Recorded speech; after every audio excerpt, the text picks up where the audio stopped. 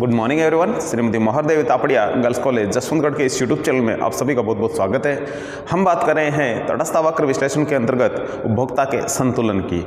संतुलन के लिए 3 शर्तें होती हैं, जिसमें हमने लास्ट वीडियो में एक शर्त के बारे में बात करी थी और वो थी तटस्थ वक्र मूल्य रेखा को स्पर्श करे। पहली शर्त थी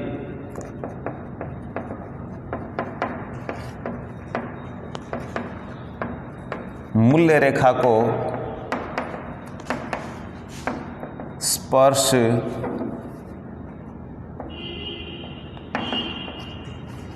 करे। दूसरी जो इसकी शर्त है वो है तटस्थता रेखा का ढाल बराबर मूल्य या कीमत रेखा का ढाल। कहने का मतलब इसमें यह है कि जो तटस्थ वक्र का ढाल है या तटस्थ वक्र जो सीमांत प्रतिस्थापन दर तय होती है, सीमांत प्रतिस्थापन दर और जो वस्तुओं की जो कीमतों का जो अनुपात है यानी कीमत अनुपात है वो क्या रहना चाहिए, समान रहना चाहिए। इसे हम एक फॉर्मूले के द्वारा शो करते हैं जो इस तरीके से कुछ y वस्तु की मात्रा में चेंज और नीचे आता है x वस्तु की मात्रा में चेंज। यहाँ आता है OA अपॉन OB, यानी कि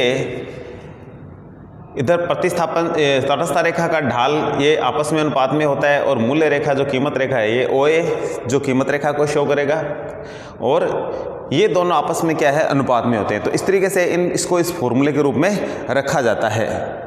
इसके अलावा इसे OA की जगह PX प्राइस ऑफ X वस्तु और प्राइस ऑफ Y वस्तु के रूप में भी लिया जाता है, तो इसकी जगह ये भी लिखा जाता है। तो इस तरीके से इसको एक फॉर्मूले के रूप में दर्शाया जाता है। डायग्राम में हम समझ सकते हैं कि किस तरीके से ये जो इसको जो दर्शाया जाता है। लास्ट जो वीडियो था उसमें हमने दिखाया था कि किस तरीके से एक वस्तु की क्वांटिटी कम करते तो दूसरे की बढ़ाते हैं, कितनी कम करने पे कितनी बढ़ती है और मूल्यानुपात भी उसी के अनुसार है जो परिवर्तित होता है। अब बात करते हैं तीसरी शर्त की। इसके अंतर्गत तटस्थ वक्र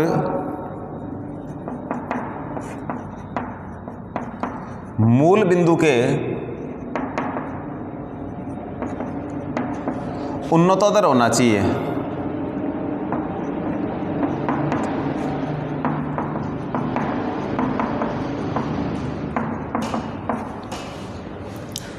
तटस्थ वक्र है जो पॉइंट ऑफ ओरिजिन होता है उसके जो कॉन्वेक्स होना चाहिए, नॉट ए कॉनकेव। तो कौन ये कंडीशन कैसी होती है, एक डायग्राम बनाते हैं जिससे कि आप ये समझ पाओगे कि उन्नतोत्तर कैसे होता है। तो ये तीसरी शर्त है इसकी, मूल बिंदु के उन्नतोत्तर हो। तो डायग्राम से आप समझ पाएंगे कि किस तरीके से ये उन्नतोत्तर होता है। सबसे पहले OX OY खींचना है हमें।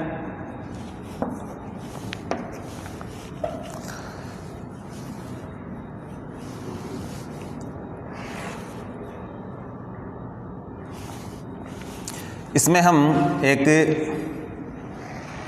प्राइस लाइन खींचेंगे जिसे हम नाम देंगे AB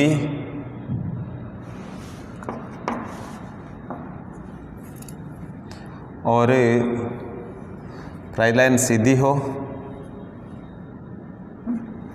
ये प्राइस लाइन है। इसके बाद में हम एक वक्र खींचेंगे जो कुछ इस तरीके से खींचना है हमें, जिसमें एक बार तो इसको कट करना है, एक बार अंदर से स्पर्श करते उल्टी साइड में बनाना है। ये IC वक्र है, ठीक है। तो हम क्या कहते हैं, हमारी तीसरी शर्त क्या है कि तटस्थ वक्र मूल बिंदु का क्या होना चाहिए, उन्नतोत्तर होना चाहिए, यानी उसके सामने से बढ़ता हुआ होना चाहिए। जबकि यहाँ हमने उल्टा दिखाया है, हमने उन्नतोत्तर न दिखा करके अवनतोत्तर दिखाया है इसको, ठीक है। ये कॉन्वेक्स न होकर के कॉनकेव कंडीशन है, इसको बोलते हैं। तो आपने देखा कि यहाँ संतुलन यहाँ बन रहे हैं, यहाँ ए, और यहाँ संतुलन बन रहे हैं बी। हमारा तटस्थ अवक्र कैसा होता है, आप जानते हो कि इस तरीके का होता है, और वो भी कहीं अपन मूल्य रेखा के कहीं स्पर्श कराते हैं उसको, ठीक है, ऐसा होना चाहिए। लेकिन हमने कैसा बनाया, विपरीत कंडीशन अलग बनाया, ठीक है, जबकि ऐसा नहीं होना चाहिए। तो यही हम समझाना चाह रहे हैं आपको कि ऐसा नहीं होता है। तो मूल बिंदु क्या होना चाहिए, उन्नतोत्तर होना चाहिए, ठीक है, इस तरीके से सामने से बढ़ता हुआ। लेकिन यदि ऐसा हो जाए तो इससे नेगेटिव सेटिस्फिकेशन है जो मिलना स्टार्ट हो जाता है। इसलिए तटस्थ अवक्र विश्लेषण के अंतर्गत है जो ये ऐसी वक्र है जो मूल बिंदु ये होता है ओ, ठीक है, इसके सामने से क्या है, बढ़ता हुआ होना चाहिए।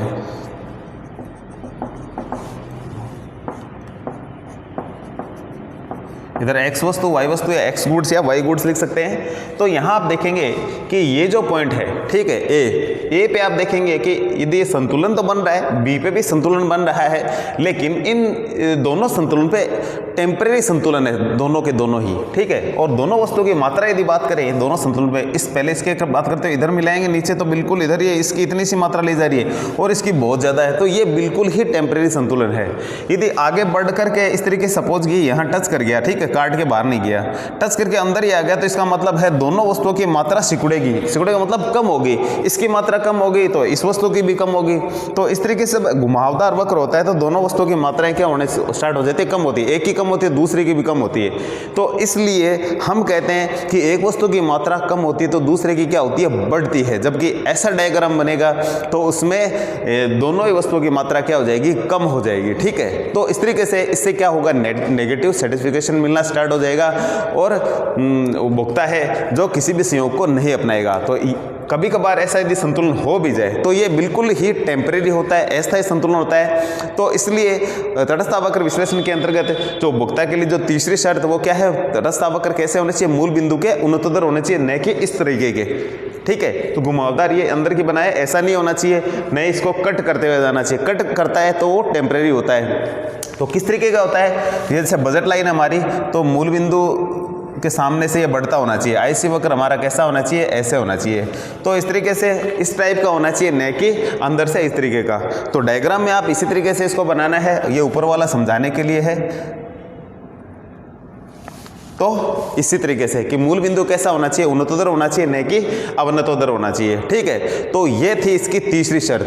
तटस्थ वक्र विश्लेषण में तीनों ही शर्तों का क्या होना है, पूरा होना जरूरी होता है। यदि एक शर्त पूरी हो जाए और अन्य कोई शर्त पूरी नहीं हो तो भी ये जो संतुलन है वो क्या होगा, अस्थायी होगा। तो इसलिए तटस्थ वक्र विश्लेषण में जो हमारी तीनों शर्तें हैं, पहली शर्त थी इसकी तटस्थता वक्र मूल, तटस्थ वक्र बजट या कीमत रेखा को स्पर्श करे। दूसरी इसकी शर्त थी तटस्थता रेखा का ढाल बराबर मूल्य रेखा का ढाल, ठीक है, ये बराबर हो। थर्ड है तटस्थ वक्र मूल बिंदु के उन्नतोत्तर हो, ठीक है। तो ये तीनों शर्तें ही इसकी क्या है, पूरी होना आवश्यक है। यदि इनमें से कोई एक शर्त पूरी होती है, दो कंप्लीट होती है, या कोई तीनों ही अनकम्प्लीट होती है, तो कहने का मतलब है ऐसी कंडीशन में क्या होगा, संतुलन होगा, लेकिन अस्थायी संतुलन होगा जो एकदम थोड़े टाइम के लिए होगा। और उपभोक्ता को यदि स्थायी संतुलन चाहिए तो तटस्थ वक्र विश्लेषण में संतुलन के लिए तीनों ही शर्तें पूरी होना आवश्यक है। तो पहला है ये तटस्थ वक्र क्या करे, इसको स्पर्श करे, किसको, प्राइस लाइन को। जैसे कि हमने इससे पहले जो डायग्राम बनाया था उसमें आपको दिखाया था कि तटस्थ वक्र क्या होना चाहिए, इसको स्पर्श करना चाहिए। किस तरीके से, कि इस तरीके से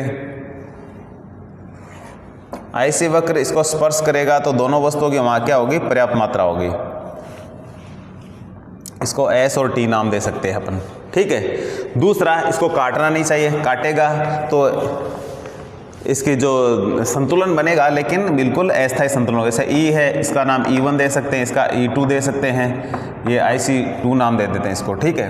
तो इसमें क्या दिखाया जा रहा है कि एक वस्तु की तो बहुत कम इसकी इतनी मात्रा मिल रही है, तो इसकी बिल्कुल इतनी सी मिल रही है, इसका OT1 और OS1 मात्रा मिल रही है। तो कहने का मतलब ये है कि काटे नहीं, स्पर्श करे। तो पहली शर्त ये थी, इसको स्पर्श किया जाना चाहिए।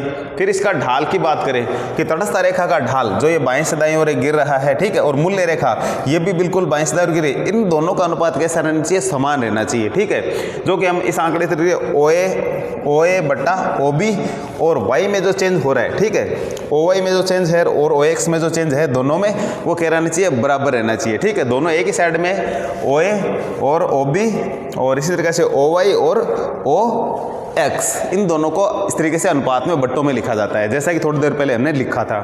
और तीसरा जो हम डायग्राम बनाया था वो किस तरीके का था कि तटस्थ वक्र मूल बिंदु कैसा होना चाहिए, उन्नतोदर, ठीक है, बढ़ता होना चाहिए, न कि अवनतोदर। जैसा कि भी थोड़ी देर पहले दिखाया था कि प्राइज लाइन है, AB प्राइज लाइन है, और हमने इस तरीके से दिखाया था इसको कि स्पर्श करते हुए काटे नहीं, और इस तरीके का डिजाइन नहीं होना चाहिए तटस्थ वक्र का, ठीक है। ऐसा भी नहीं होना चाहिए, ऐसा भी नहीं होना चाहिए। तटस्थ वक्र इस तरीके से होता है, जो भी स्पर्श करते हो सीधा इस तरीके से बढ़ता है। तो इसलिए ये तीनों चीज़ें ये है जो तीसरी शर्त है, तटस्थ वक्र मूल बिंदु के उन्नतोदर होना चाहिए। ये उन्नतोदर नहीं है, ठीक है, तो ऐसा नहीं होना चाहिए। उन्नतोदर यानी इस तरीके से बाएं दर बढ़ता होना चाहिए। तो इस तरीके से ये कुछ इसकी शर्तें थी। ये तीनों शर्तें पूरी होती है तब भी तटस्थ वक्र विश्लेषण में उपभोक्ता का जो संतुलन है वो स्थिर रहता है, लंबे समय तक बना रहता है। जब तक कि कोई नया चेंज नहीं हो तब तक वो संतुलन की स्थिति बनी रहती है। तो इस तरीके से तटस्थ वक्र विश्लेषण में तीनों ही शर्तों का पूरा होना आवश्यक है। तो आज के वीडियो में इतना ही, मिलते हैं नेक्स्ट वीडियो पे, तब तक के लिए धन्यवाद। अपनी वीडियो को लाइक कीजिए, वीडियो को शेयर कीजिए, यदि चैनल को सब्सक्राइब नहीं किया है तो जरूर कीजिए। Thank you.